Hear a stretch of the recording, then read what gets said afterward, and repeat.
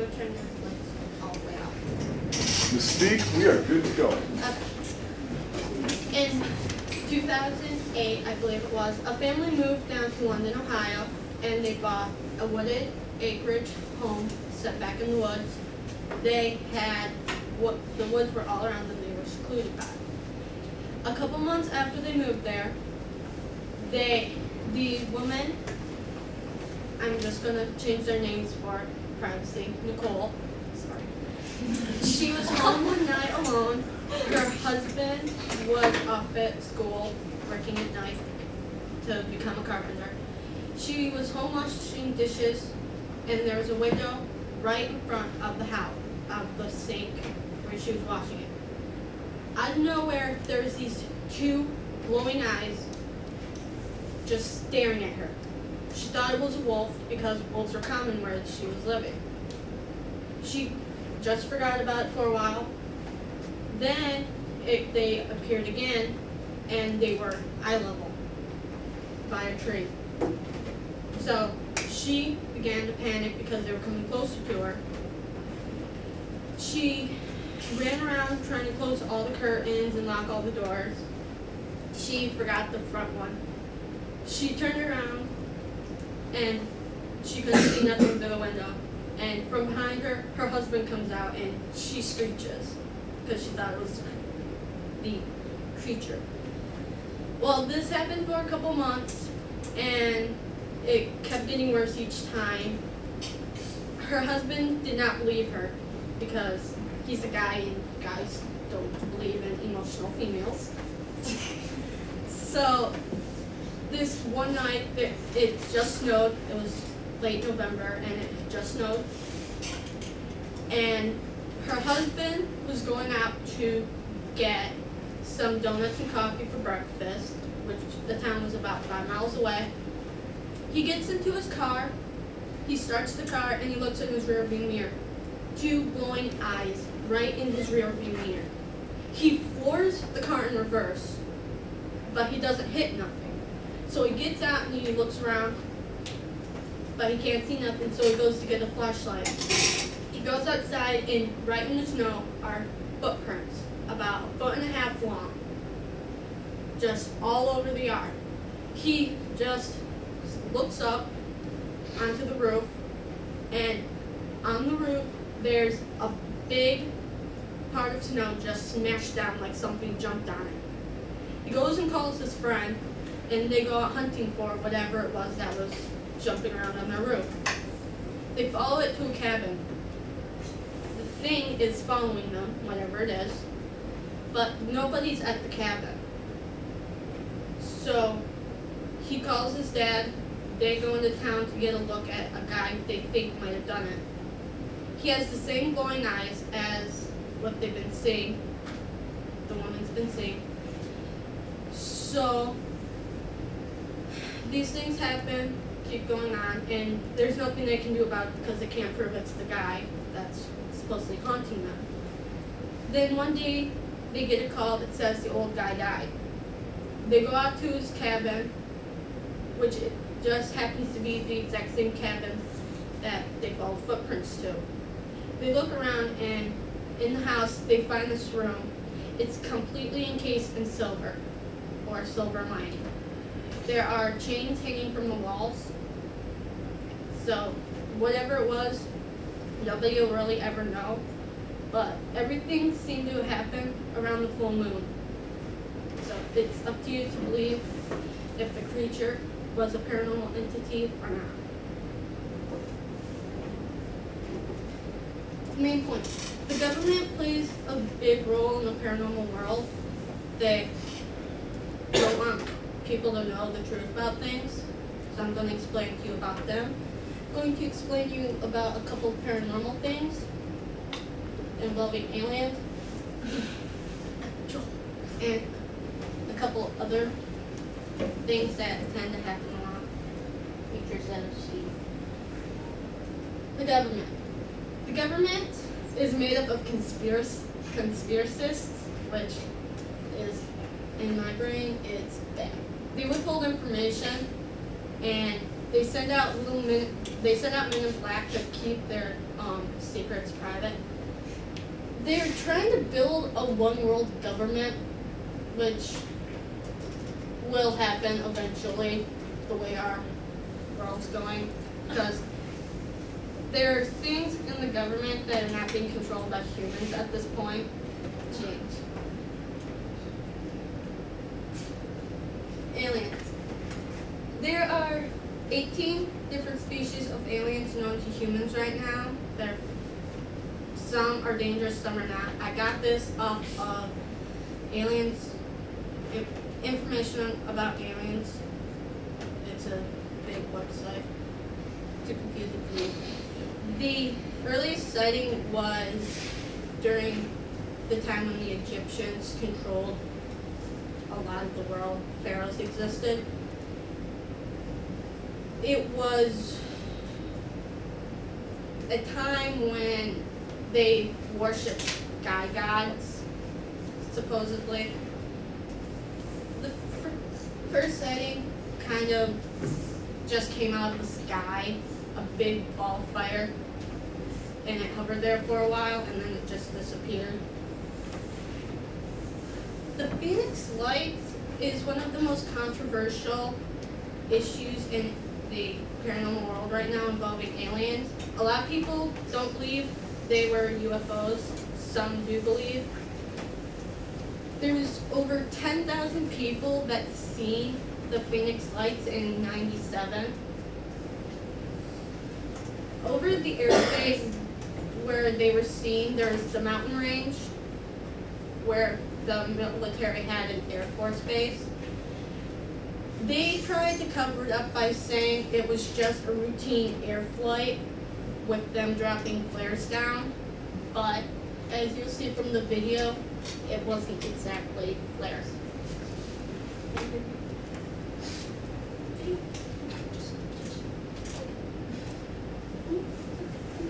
think you have to control button.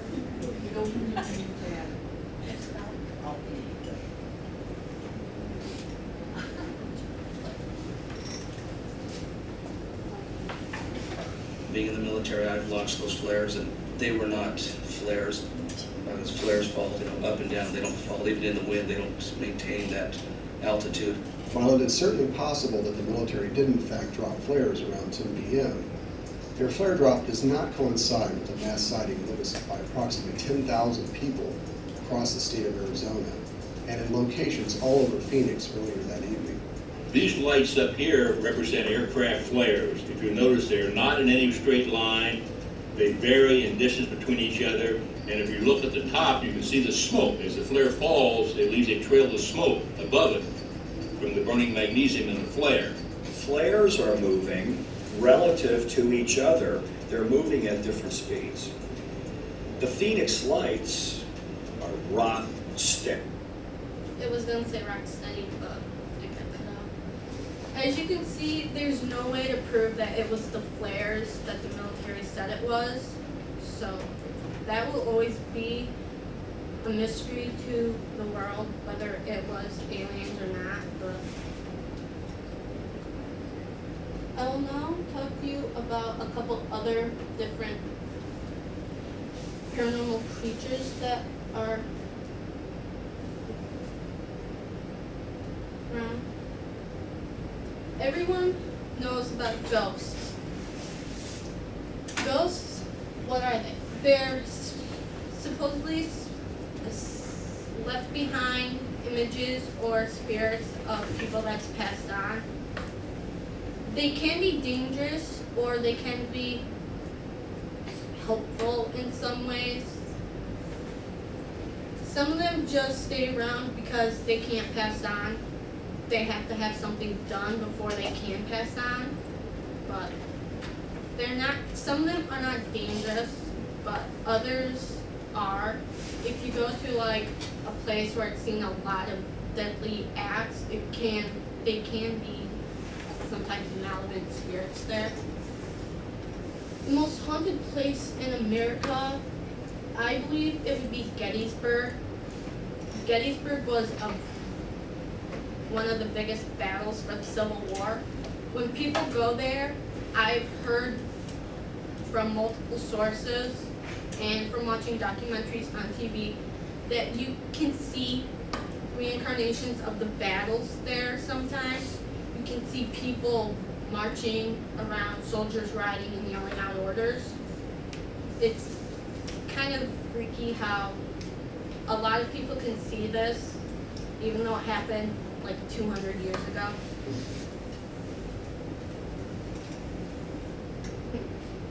Bigfoot and Sasquatch. Not a lot of people think these are real.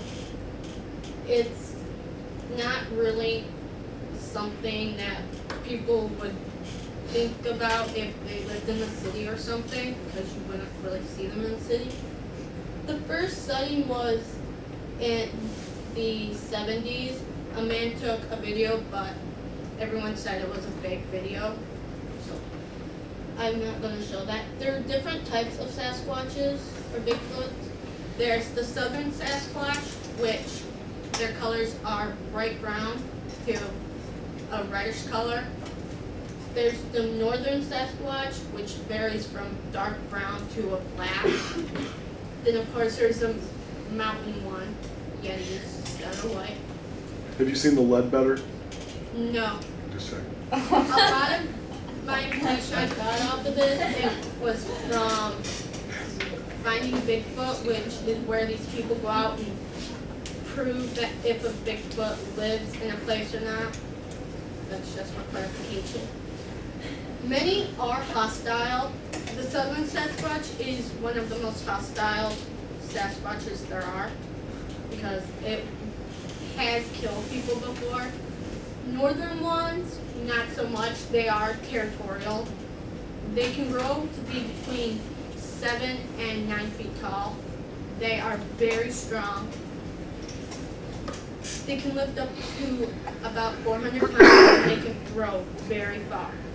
If you ever go up on a mountain that's known for Bigfoot, watch out above you.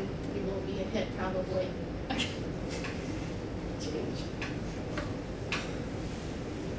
El Chupacabra, or Chupacabra as Mexicans call it.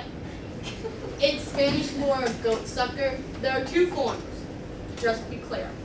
The Mexican one is a creature that stands 4 feet tall with spines down its back. I could not find any good photos of this, and the photos that I did find, it was a cartoon drawing, so it wouldn't be very good. People say it was half coyote and half wolf, or a mangy dog. That has never really been proven yet. Mexicans believe that it's a government experiment gone wrong, and they let it escape into the wild, but no one really knows for sure. The first sighting was in 65, but 56, but the first reported sighting to the police was in the 70s. Most of the chupacabras are seen in the southern parts of America and in South America, Central America. Most of them are seen in Texas because they have the big ranches there and they're known for sucking blood with the cattle. So it's more of like a hidden creature that nobody's ever really seen before.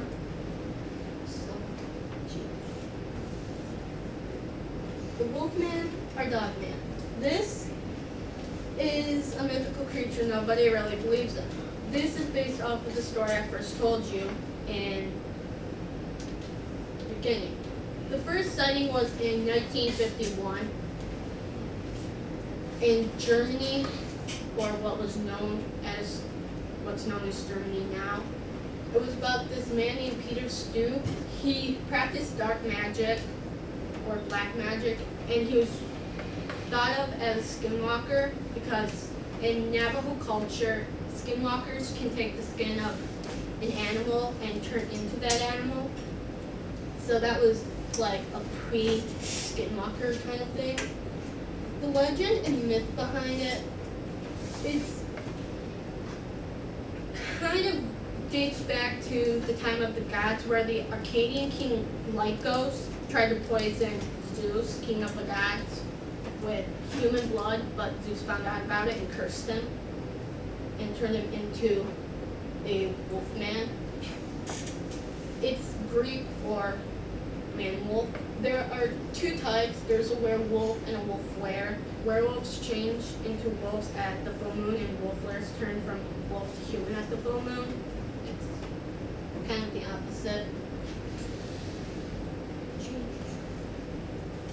And that's the paranormal world. So if you believe in it, good. If you don't, that's okay. It's up to you to believe it, whether or not it's true. Give it up. Give me my light. Give me my light. Give me my light.